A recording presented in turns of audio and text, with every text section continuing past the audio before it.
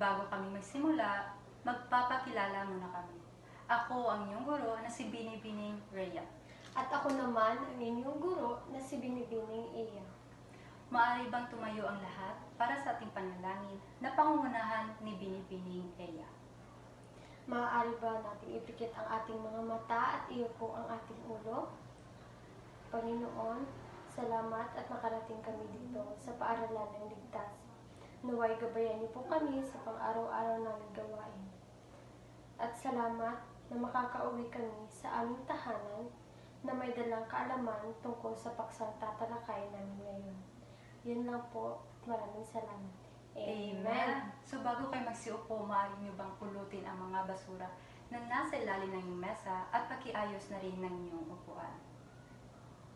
Merong ba lumiban sa ating klase? Mahusay kung ganun. Ngayon, ang tatalakayin natin ay tungkol sa Flower arrangement. narito ang ating layunin. Sa pagtatapos ng aralin, ang mga mag-aaral ay inasahang matukoy ang mga kagamitang kailangan sa paggawa ng flower arrangement, makagawa ng isang simpleng flower arrangement gamit ang bulaklak at dahon, maipakita ang kahalagahan ng pagiging malinis, maayos at malikhain habang gumagawa. So, may ipapakita kaming larawan dito at sasabihin nyo alin sa dalawa ang maganda at hindi magandang flower arrangement. So, alin dito ang magandang flower arrangement? Yes, Antonio? Magaling. Ang maganda dito ay ang nasa unang larawan.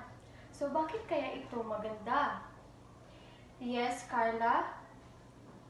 Magaling dahil ito ay organisado. So, ano pa ang kahalagahan ng flower arrangement? So, mahalaga ito sapagkat nakadaragdag ito ng ganda at saya sa kapaligiran at nagpapakita ito ng pagkamalikhain ng nag-aayos. So, narito ang mga kagamitan ng paggawa ng flower arrangement. Una ay ang vase. Ang vase ay ito ang lalagyan ng bulaklak at upang matibay ang ating paggawa ng flower arrangement. Ang ikalawa naman ay bato. Ito ay nagsisilbing atraksyon sa mga tao. At ang ikatatlo ay ang tubig. Ito din ay ang simbolo ng paggawa ng atraksyon sa mata ng tao. At ang ikaapat naman ay gunting. Mahalaga ito sapagkat ito ang ating gagamitin pag may mga ibang kagamitan na ating gugupitin. At syempre, ang panghuli, ang mga bulaklak. Dahil kung wala ang mga bulaklak, hindi tayo makakagawa ng flower arrangement. So, paalala lang na paggagawa tayo ng flower arrangement, dapat maging maingat tayo sa ibang kagamitan, lalo na sa gunting at vase para iwas disgrasya. So, manood kayo sa amin at ipapakita namin kung ano ang tamang proseso ng paggawa ng flower arrangement. Handa na ba kayo? Magaling! So, narito ang tamang proseso ng paggawa ng flower arrangement. Una, ihanda ang vase, bato, at tubig. Ikalawa, ilagay ang bato sa loob ng vase at isunod ang tubig.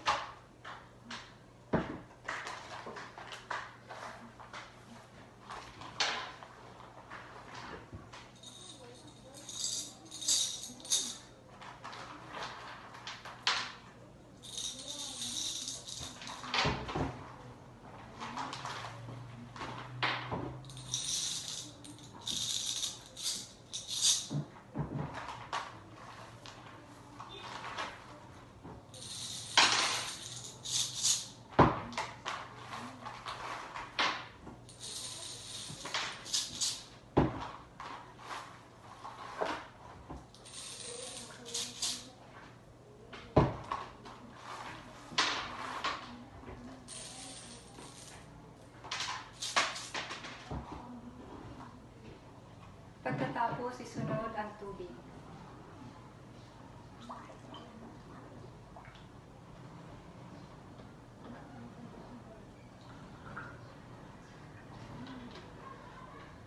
At ang pangtatlo, ilagay sa gitna ang mga bulaklak.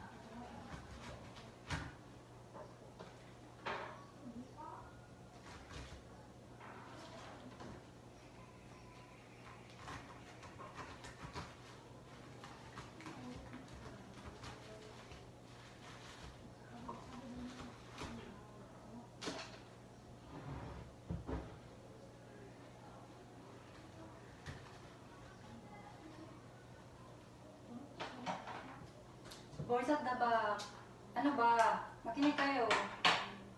Dahil mamaya, may gagawin kayong activity.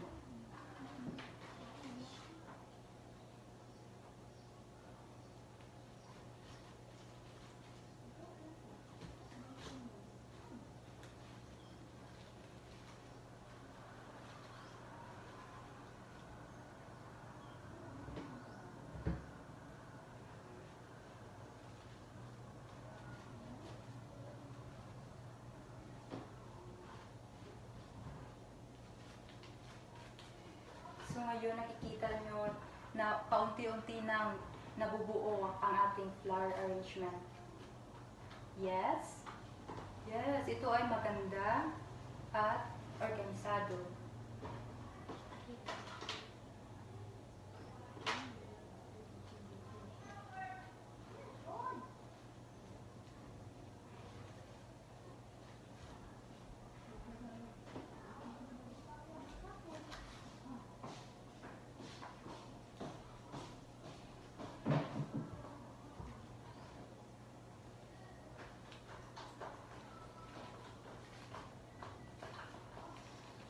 Pag ganito na, kailangan nyo itong ayusin upang maging pantay at maayos.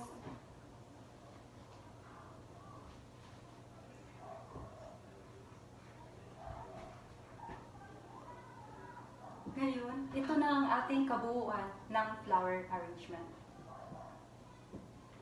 So, base sa nakikita nyo, ito ay maganda, malinis at organisado. So, hindi nyo lang ito kailangan gawin na ganito. May mga iba't iba tayong mga paraan kung paano natin ito gawin. Pero, ang base sa nakikita nyo, ito ay ang flower arrangement sa paraan na aming nalalaman.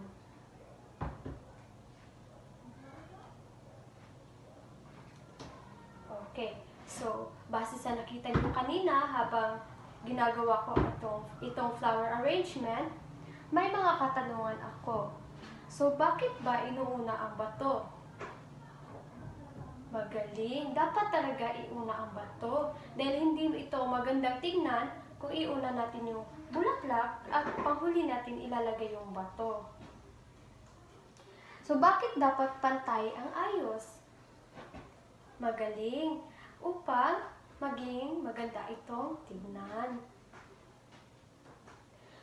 So, may gawain tayo ngayon. Ang tawag sa ating gawain ay ayusin mo, ganda mo. So, ang mangyayari ay hahatiin namin kayo sa grupo at bibigyan namin kayo ng katulad ng ito, dahon at mga bulaklak. At gagawa kayo ng simpleng flower arrangement sa loob lamang ng 5 minuto. So, naintindihan nyo ba? Magtanong kayo kung mayroon kayong hindi naintindihan. Okay, so magaling. Maaari na kayong magsimula. So ito ay ang para sa group 1. Ito naman ay sa group 2.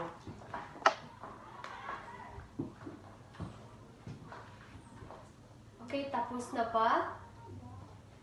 Okay, pag tapos na, maaari nyo na itong ipasa dito sa harapan.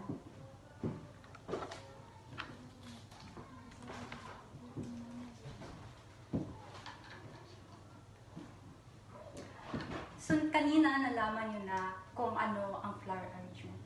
Ngayon, may itatanong ako. Ano ang ibig sabihin ng flower arrangement? Yes, Maria? Yes, magaling. Ang flower arrangement, ito ay ang atraksyon sa mata ng tao. Ano naman ang unang hakbang sa paggawa nito?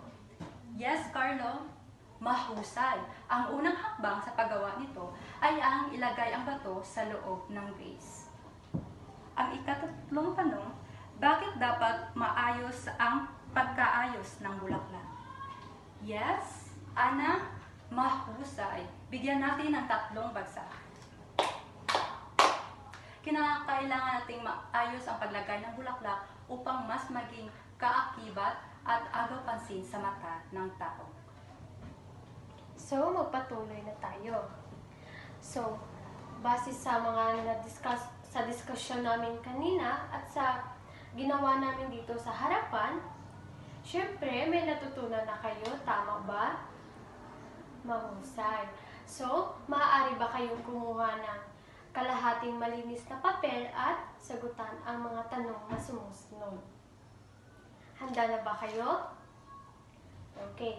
So, unang tanong. Bakit mahalaga ang pagiging maingat sa mga kagamitan?